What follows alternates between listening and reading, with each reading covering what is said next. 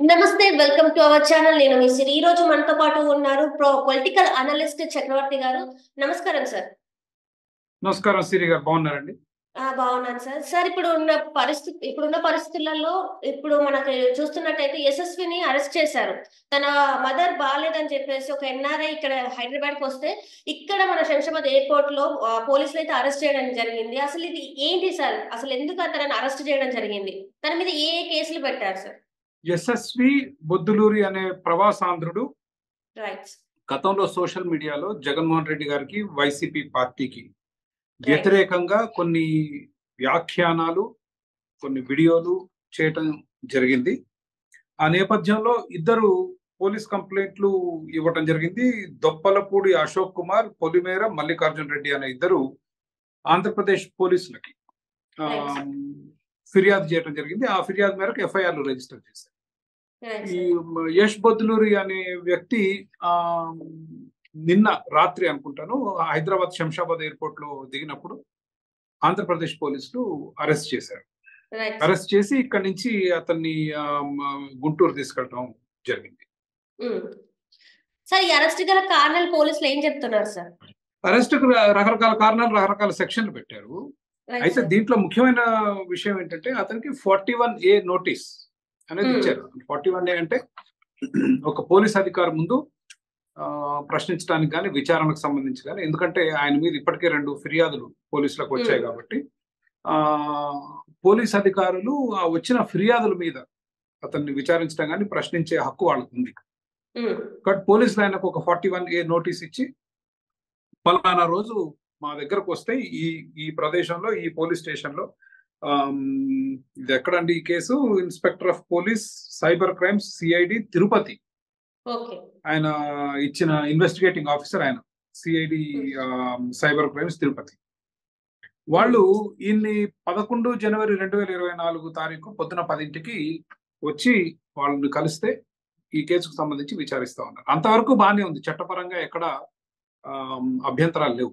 సమస్య ఎక్కడ వచ్చిందంటే ఆయన్ని శంషాబాద్ ఎయిర్పోర్ట్ లో పట్టుకొని ఒక నేరస్తుళ్ళ, ఒక క్రిమినల్ గా తీసుకెళ్లి గుంటూరు దాకా తీసుకుపోయి పొద్దున ఎప్పుడో ఈ నోటీస్ ఇచ్చి వదిలిపెట్టారు. అది చట్టరీత్యా నేరం. అది పోలీసులకు ఆ హక్కు లేదు. పోలీసులు ఈ యష్ బొద్దులూరి అనే వ్యక్తిని నా అభిప్రాయంలో కిడ్నాప్ చేశారు. ఎందుకంటే అరెస్ట్ చేయడానికి పోలీసుకి కోర్టు నుంచి వారెంట్ అన్నా ఉండాలి, లేకపోతే ఈ వ్యక్తి చాలా పెద్ద నేరాలకు సంబంధించిన అభియోగాలు. దీని పట్ల హైకోర్టు, సుప్రీంకోర్టు చాలా స్పష్టమైన విధి విధానాలు ఇచ్చింది ఎవరిని అరెస్ట్ చేయొచ్చు అని. ఇది సతేందర్ కుమార్ అంతిల్ సిబిఐ మధ్య, సిబిఐ ఒక వ్యక్తిని అరెస్ట్ చేయడానికి ప్రయత్నించినప్పుడు సుప్రీంకోర్టు మార్గదర్శకాలు ఇచ్చింది, ఎవరిని అరెస్ట్ చేయొచ్చు, ఎట్లా అరెస్ట్ చేయొచ్చు. మీ మీద మోపిన నేరాలు, అభియోగాలు, పోలీసులు ఏవైతే కేసు కట్టినప్పుడు మీరు చేసిన తప్పులు కానీ, మీరు చేసిన నేరాలకు సంబంధించిన అభియోగాలు ఎదుర్కొన్నప్పుడు వాళ్ళు ఏదైతే సెక్షన్లు పెడతారో ఆ సెక్షన్లలో 7 సంవత్సరాల శిక్ష పడే సెక్షన్లు ఉంటే అరెస్ట్ చేసే అవకాశం ఉంది. ఉదాహరణకు చంద్రబాబు నాయుడు గారిని అరెస్ట్ చేసినప్పుడు పీసీ యాక్ట్లు కానీ, ఐపీసీలో కానీ కొన్ని సెక్షన్లు వాడారు. ఆ సెక్షన్లలో పడే శిక్ష, ఒకవేళ ఆ అభియోగాలు కోర్టులో నిరూపితమైతే కోర్టు విధించే శిక్ష 7 సంవత్సరాల పైన ఉండే అవకాశం ఉంది. అటువంటి సెక్షన్లలో అరెస్ట్ చేయొచ్చు. మీకు గుర్తుండే ఉంటుంది, చంద్రబాబు నాయుడు గారు రాజకీయ పరంగా తన మీటింగ్లలో, పొలిటికల్ మీటింగ్స్ లో ఉన్నప్పుడు ఆయనకి వెళ్ళి పోలీసులు అరెస్ట్ చేశారు. కోర్టు నుంచి వారెంట్ లేదు, పోలీసులు అరెస్ట్ చేయడం జరిగింది. ఆయన ఉన్న వ్యాన్ తలుపులు, అర్ధరాత్రి తలుపులు కొట్టి బయటకు తీసుకొచ్చి అరెస్ట్ చేశారు. అదేవిధంగా రఘురామకృష్ణరాజు గారు కూడా అరెస్ట్ చేశారు. అది కూడా తప్పు అరెస్ట్ యాక్చువల్లీ. దాంట్లో కూడా 7 సంవత్సరాలు లేదు, ఆయన తీసుకెళ్లి చిత్తగొట్టారు పోలీసులు.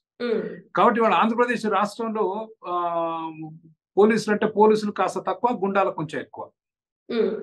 వాళ్ళు నమ్మే పరిస్థితి లేదు.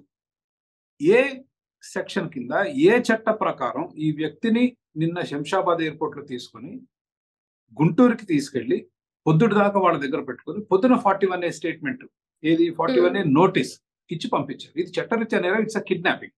నా అభిప్రాయం ఏంటంటే ఈ యష్ బొద్దులూరి అనే వ్యక్తి పోలీసుల మీద కిడ్నాపింగ్ కేసు పెట్టాలి. పెట్టకపోతే కనీసం కోర్టులో సువమోటో తీసుకోవాలి, లేకపోతే నాలాంటి వాళ్ళని కేసు ఫైల్ చేయాలి.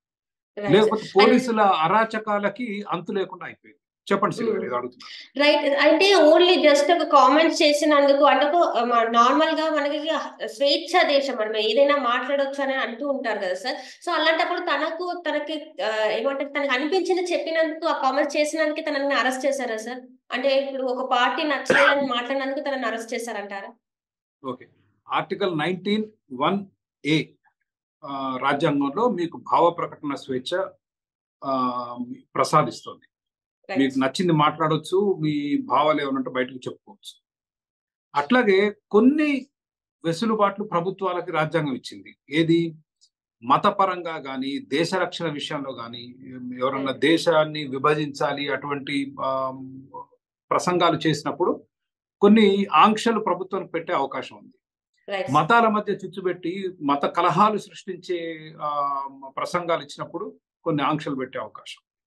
కాబట్టి భావ ప్రకటన స్వేచ్ఛ ఉంది, కానీ దానికి కొన్ని పరిమితులు మన రాజ్యాంగం విధించింది. అది దురదృష్టం, కానీ ఉన్నాయి, అది చట్టం, మనం దాన్ని ఏం చేయలేం.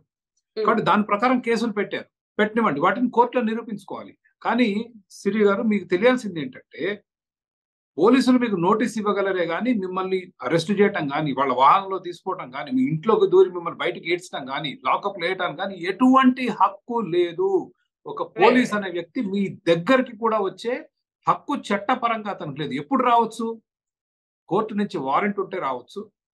కోర్టు నుంచి వారెంట్ లేనప్పుడు మీరు చేసిన నేరం చాలా పెద్ద నేరం, అంటే 7 సంవత్సరాల పైన నేరం, అంటే మీరు ఒక హత్య అభియోగం ఎదుర్కొంటున్నప్పుడు, ఒక భారీ దొంగతనము, ఒక భారీ అవినీతి, 100 కోట్ల రూపాయల అవినీతి ఎదుర్కొన్నప్పుడు కొన్ని సెక్షన్లు పోలీసులు విధిస్తారు. ఆ సెక్షన్లలో ఉండే శిక్ష పెద్ద శిక్ష. కాబట్టి అప్పుడు కూడా 24 గంటలే, అరెస్ట్ చేసిన తర్వాత కూడా పోలీసులు వారెంట్ లేకుండా అరెస్ట్ చేయొచ్చు. అటువంటి పరిస్థితులలో తప్పితే పోలీసులు ఏ వ్యక్తి దగ్గర ముట్టుకునే హక్కు కూడా లేదు. కేవలం ఈ 41(a) అనే నోటీస్ మాత్రం ఇవ్వచ్చు. ఏమని? మీ మీద ఈ అభియోగాలు మీరు ఎదుర్కొంటున్నారు, మిమ్మల్ని మేము ప్రశ్నించాలి, మా విచారణలో భాగం కాబట్టి ఈ రోజున పోలీస్ స్టేషన్ రండి అని చెప్తారు. ఒకవేళ మీరు పోకపోతే, వాళ్ళు చెప్పిన రోజు మేము విచారిస్తున్నాం, ఈ రోజు రావాలి అంటారు. ఆ రోజు కనుక మీరు పోకపోతే అప్పుడు అరెస్ట్ చేసే అవకాశం. అంతేగాని అర్ధరాత్రి ఎయిర్పోర్ట్కి పోయి కనిపించడం ఈడ్చుకపోయి పొద్దున్న దాకా వాళ్ళ దగ్గర స్టేషన్లో పెట్టుకుని ఓ కాగితం వాడు మొఖాన కొట్టి పోరాటే కుదరదు. అది చట్టరీత్యా నేరం. It comes under kidnapping. ఇవాళ ఆంధ్రప్రదేశ్ రాష్ట్రంలో జరుగుతుంది ఇదే. పోలీసు అరాచక రాజ్యం నడుస్తుంది. ప్రజలు తిరగబడి తమ హక్కుల కొరకు పోరాడాలి. ఇటువంటిది పోలీసులకు ఇటువంటి హక్కులు లేవు అన్న భావన, అన్న వాస్తవం ప్రజలకు తెలియాలి. That is very important. ఈ కేసులో మనకి ఇవాళ పోలీసుల అరాచకం మళ్ళీ ఒకసారి రఘురామకృష్ణరాజు కేసు మీకు గుర్తుండే ఉంటుంది. ఆయన కూడా ఇట్లాగే 41(a) నోటీస్ అని చెప్పి ఈడ్చుకెళ్లారు. 41(a) నోటీస్ ఇస్తే తీసుకెళ్లే హక్కు లేదు. తీసుకెళ్లి ఏం చేశారంటే రఘురామకృష్ణరాజుని చితగొట్టారు. ఇది రౌడీ రాజ్యం. ఇది వీళ్ళు పోలీసులు లేదండి, ఇది పోలీసులు కాదు, గుండాలు. నిన్న రాత్రి శంషాబాద్ కి గుండాలు వచ్చి ఈ వ్యక్తిని, ఈ యష్ బొద్దులూరు అనే వ్యక్తిని ఈడ్చుకొని వాళ్ళ వాహనంలో ఎక్కించుకొని తీసుకెళ్లారు. That is what he's happened and people should realise.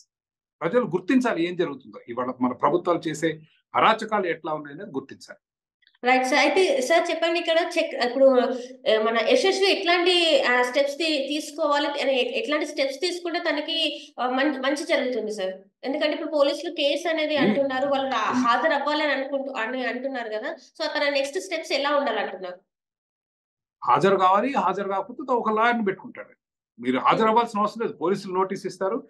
ఇటువంటి కేసుల్లో మీరు ఒక లాయర్ని పెట్టుకుంటే లాయర్ మీ తరఫున లాయర్ వెళ్ళి మీ వాదన వినిపిస్తారు. అది అసలు పెద్ద విశేషం కాదు. నేను చెప్పేది ఏంటంటే, ఇవాళ రాష్ట్రంలో కానీ భారతదేశంలో కానీ ప్రజలు తమకున్న హక్కులను విస్మరిస్తున్నారు. ఈ యష్ బొద్దులూరి అనే వ్యక్తి తన హక్కుల కొరకు కనుక పోరాడాలనుకుంటే రేపే వెళ్ళి పోలీస్ స్టేషన్ లో ఫిర్యాదు చేయాలి. నన్ను కిడ్నాప్ చేశారు, శంషాబాద్ ఎయిర్పోర్ట్ లో దిగాను నేను, ఈ 41(a) అన్న కాగితం తీసుకొచ్చి చూపించి ఎందుకంటే ఎయిర్పోర్ట్ లో ఈ కాగితం ఇచ్చి ఎయిర్పోర్ట్ లో సంతకం పెట్టనంటాడండి.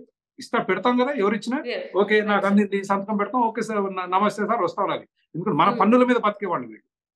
ఎయిర్పోర్ట్ లోకి వచ్చి ఈడ్చుకుపోయినప్పుడు it becomes kidnapping. People should file kidnapping case.